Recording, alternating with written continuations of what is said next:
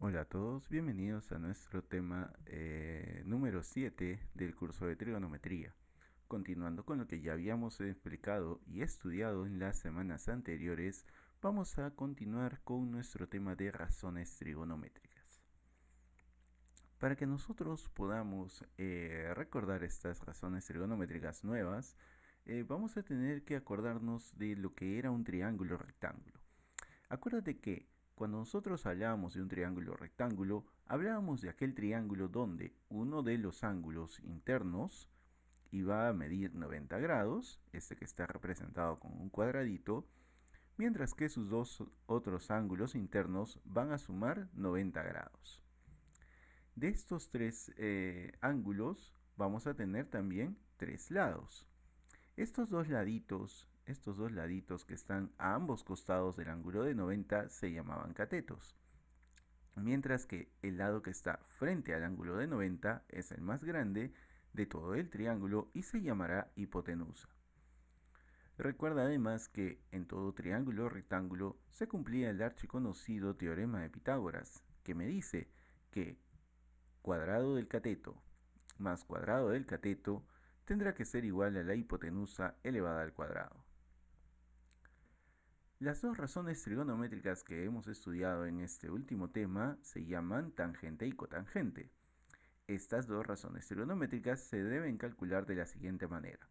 Si tú quieres calcular la tangente del ángulo alfa, este angulito que está aquí, esta tangente se va a calcular como cateto opuesto dividido entre cateto adyacente. ¿Quién es el cateto opuesto? Pues fácil, el cateto que se encuentra frente al ángulo, en este caso P. ¿Quién es mi cateto adyacente? Cateto adyacente va a ser aquel que esté al costado de mi ángulo, en este caso Z. Entonces, mi tangente, que es cateto opuesto sobre el cateto adyacente, será para nosotros, según este triángulo, P dividido entre Z. La cotangente se calculará al revés que la tangente, esto es, cateto adyacente dividido entre cateto opuesto. Será entonces para nosotros cateto adyacente, que era Z, dividido entre el cateto opuesto, que es P. Recordar siempre esto, cateto opuesto es el cateto que está frente a nuestro ángulo, mientras que el cateto adyacente es el cateto que está al costado de nuestro ángulo. Con esto ya podíamos nosotros empezar a resolver algunos ejercicios, tal cual como lo hicimos durante nuestra sesión, donde tenemos el cálculo de tangente y cotangente para cada uno de estos casos. Bastará con que nosotros primero reconozcamos quién es el cateto opuesto, quién es el cateto adyacente, para luego poder reemplazarlos dentro de nuestra tangente y cotangente. Para este primer triángulo, el cateto opuesto va a ser el que está al frente del ángulo, en este caso 3, mientras que el cateto adyacente es el que está a su costado, 4 en este caso. Tangente se calculaba como cateto opuesto entre cateto adyacente. Para nuestro problema 1 sería 3 sobre 4, mientras que la cotangente es cateto adyacente sobre cateto opuesto. En este caso para nosotros 4 dividido entre 3. Va a depender mucho de la posición del ángulo alfa para que nosotros podamos decidir cuál es el cateto opuesto y cuál es el adyacente. En el caso del ejercicio 2, el ángulo alfa se encuentra en la parte superior, por lo tanto, nuestro cateto opuesto será el que esté frente a él.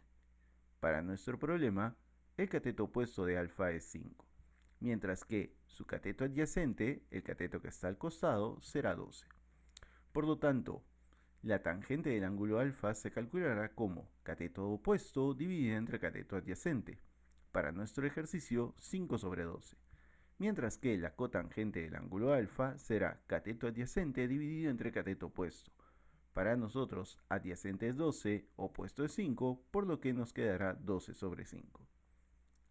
Al igual como lo vimos en nuestros demás triángulos, sin importar cómo esté orientado nuestro triángulo, siempre debíamos recordar que, para el ángulo alfa, el cateto opuesto será aquel lado que se encuentre frente al ángulo. En el caso del número 3 es 8, en el caso del número 4 fue 24, en el caso del número 5 fue otra vez 8, en el caso del número 6 fue 40. Mientras que el cateto adyacente va a ser aquel cateto que esté a su costado del ángulo. Para el número 3, el cateto adyacente fue 6. Para el número 4, el cateto adyacente fue 7. Para el número 5, el cateto adyacente fue 15, mientras que en la número 6, el cateto adyacente fue 9. Finalmente, los cálculos de tanto tangente como cotangente para este pequeño ángulo alfa venían a ser las divisiones de estos lados. En el caso de la número 3, tangente es opuesto sobre adyacente, opuesto 8 entre adyacente 6. En este caso muy en particular teníamos dos cantidades pares, por lo que pudimos simplificarlo. Mitad de 8 fue 4, mitad de 6 fue 3. De manera similar en la cotangente, cateto adyacente sobre cateto opuesto, 6 sobre 8, como ambos tienen mitad, pudimos simplificarlo en 3 cuartos.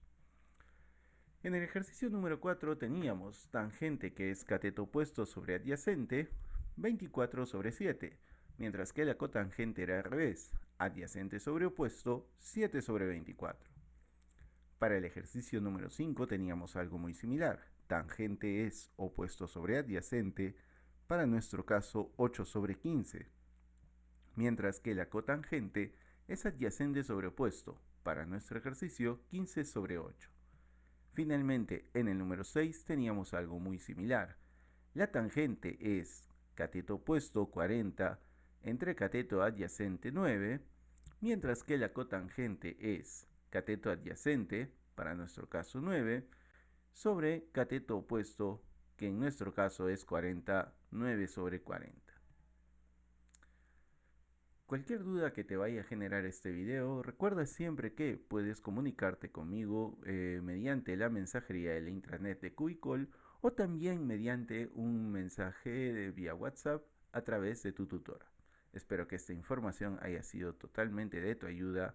Durante nuestra sesión del día de hoy solamente tuvimos un test, no tuvimos una tarea, pero siempre que necesites alguna información adicional, como por ejemplo ejercicios para poder seguir practicando, puedes solicitarlo con tu tutora o a través de la plataforma de Cubicol.